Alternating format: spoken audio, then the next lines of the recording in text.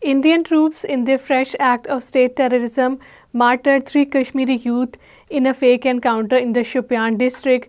The youth were killed by the troops during a cordon and search operation in the Shukru Killer area of the district.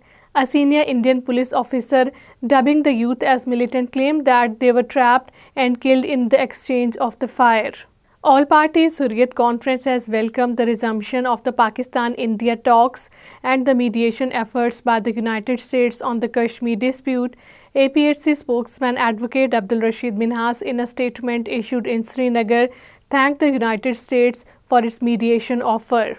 Indian Forces personnel continued their violent house raids and search operations in different parts of the Srinagar city. The forces personnel barged into the houses and seized the bank and the property documents, mobiles, laptops and other digital devices under the Black Law, the Unlawful Activities Prevention Act, in different areas of the Kashmir Valley, including Srinagar.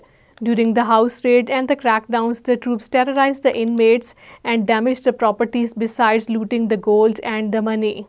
Jailed All-Party Hurriyat Conference leader Bilal Siddiqui has extended congratulations to the people of Pakistan and the armed forces on the success of the Operation Bunyal Marsoos.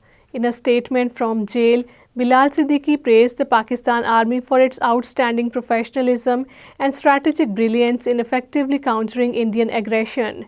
Mahmood Ahmad Sagar, acting chairman of the Jammu and Kashmir Democratic Freedom Party, has thanked the US President Donald Trump for his pivotal role in diffusing the recent tensions between Pakistan and India. Mahmood Ahmad Sagar, in a letter, thanked the US administration for helping both countries reach a ceasefire. Congress party has strongly objecting to what it said the attempts at internationalizing the Kashmir dispute, reiterating its demand for a special session of the parliament to discuss the humiliating India's defeat after it launched the so-called Operation Sindoor against Pakistan.